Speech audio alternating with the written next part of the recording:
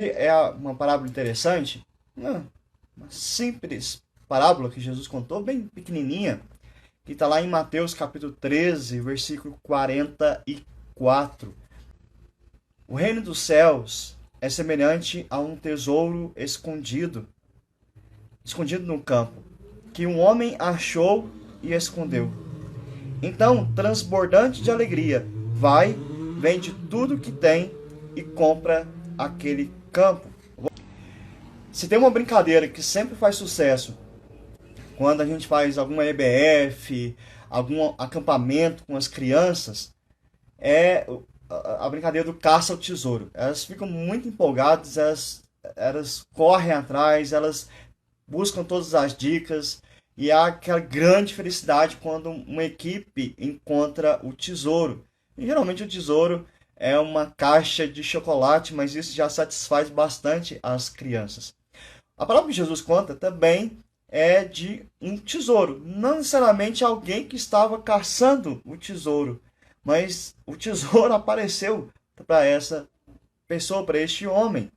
Jesus aqui está numa sequência, talvez é a maior sequência de parábolas juntas. A parábola do semeador, a parábola da semente, a parábola do joio e do trigo, a parábola do grão de mostarda. E hoje, então, a parábola do tesouro escondido. Jesus ele conta aqui que um homem achou um tesouro que estava escondido num campo.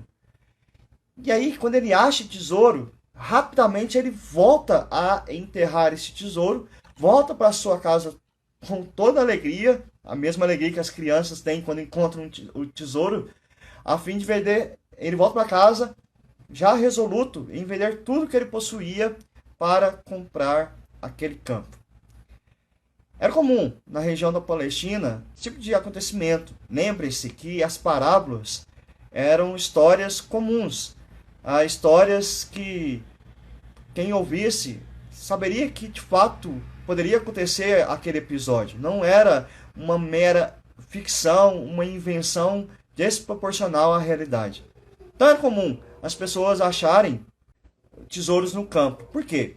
Na região da Palestina, sempre foi uma região de muitas invasões. Então, pessoas, em vez de guardarem os seus tesouros em casa, debaixo do colchão, eles preferiam enterrar o tesouro no campo do que guardar dentro de casa.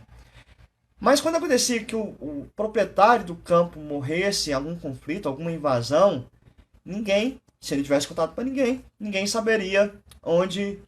E este homem da parábola, pode ser que fosse um empregado do campo, ou pode ser que alguém tinha arrendado o campo, ele estava arando, estava cavando buraco, estava plantando alguma coisa. Ele estava mexendo no campo. E encontrou, então, esse tesouro enterrado. Não nos é informado o que se tratava esse tesouro. Se era ouro, se era prata, se eram moedas, não é informado. Sabemos que ele ficou maravilhado com o tesouro que ele encontrou.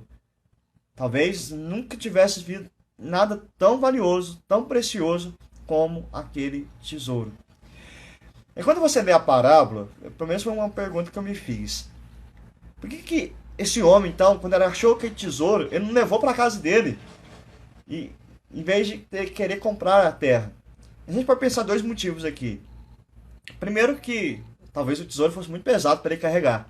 Ele não conseguiria carregar e chamar muita atenção se ele fizesse esse transporte do tesouro. E uma segunda questão, porque se ele tirasse o tesouro da terra, do campo que ele achou, ele poderia ser acusado de roubo, porque o tesouro estava enterrado naquele campo. Então, a melhor solução era, de fato, comprar aquele campo. E para tal, ele vende tudo o que ele tinha para comprar aquele pedaço de chão. E talvez, quando ele tomou essa atitude, muitos olharam para ele. Se você está louco, você vai vender a sua propriedade, a sua casa, para comprar um campo que possivelmente não valia tanto assim. Mas ele sabia o que estava fazendo. Ele tinha pleno conhecimento do valor que aquele tesouro tinha. Ele tinha pleno conhecimento da importância daquelas riquezas. Então, o que ele fez Não havia nenhum risco de prejuízo. Ele não estava apostando em algo arriscado. Ele estava investindo em algo que era certo. Então, na verdade, seria uma tolice ele ignorar essa oportunidade. E o mais interessante é que não precisou fazer nenhum tipo de sacrifício para adquirir esse tesouro. Por quê? Porque um sacrifício é quando você tira do que não tem para adquirir alguma coisa e ainda há o risco. Ele vendeu o que ele tinha, comprou aquela terra, mas aquele tesouro era muito maior. Por que Jesus conta essa parábola? Jesus, ele estava revelando aqui, através das parábolas, as verdades do reino de Deus, verdades que estavam encobertas. Mas a maioria das pessoas estava ouvindo essas verdades, mas não as viam como coisas preciosas, como coisas de relevância, como verdadeiros tesouros. De modo que não conseguiam entender o que tinha sido revelado. Jesus revelou assim, através de palavras, que o reino de Deus já havia iniciado e que ele era o Cristo, ele era o Messias. E aqueles que compreendessem essa verdade saberiam que estavam encontrando algo valioso, algo inestimável. De tal modo que a pessoa que encontra, que entende o reino de Deus em Cristo Jesus, ele abandona o seu modo de vida e devota-se completamente para o Senhor Jesus. Assim como aquele homem encontrou aquela preciosidade do tesouro, ele abandonou tudo que ele tinha, passou para frente, vendeu para estar com aquele tesouro. É abrir mão da sua vida pelo propósito de Cristo, pela obra de Cristo, por amor a Cristo. O apóstolo Paulo ele vai dizer algo semelhante quando ele diz assim na carta aos Filipenses, lá no capítulo 3, versículos 7 e 8. Mas o que para mim era lucro, isso considerei como perda por causa de Cristo. Sim, deveras considero tudo como perda, por causa da sublimidade do conhecimento de Cristo Jesus, meu Senhor, por amor do qual perdi todas as coisas e as considero como refúgio para ganhar a Cristo. O que Paulo está dizendo, olha, aquilo que para os outros parece de grande valor, se isso for de fato valor, eu não considero como valor. Eu abro mão disso para ter Cristo. Talvez na parábola do Jesus conta aqui, olha, você está vendendo sua casa, é um grande valor que você tem. Você não vai ter lucro em comprar aquele campo. E ele não levou isso em conta. Ele pensou, mesmo se não for lucro, aquilo ali vai valer a pena.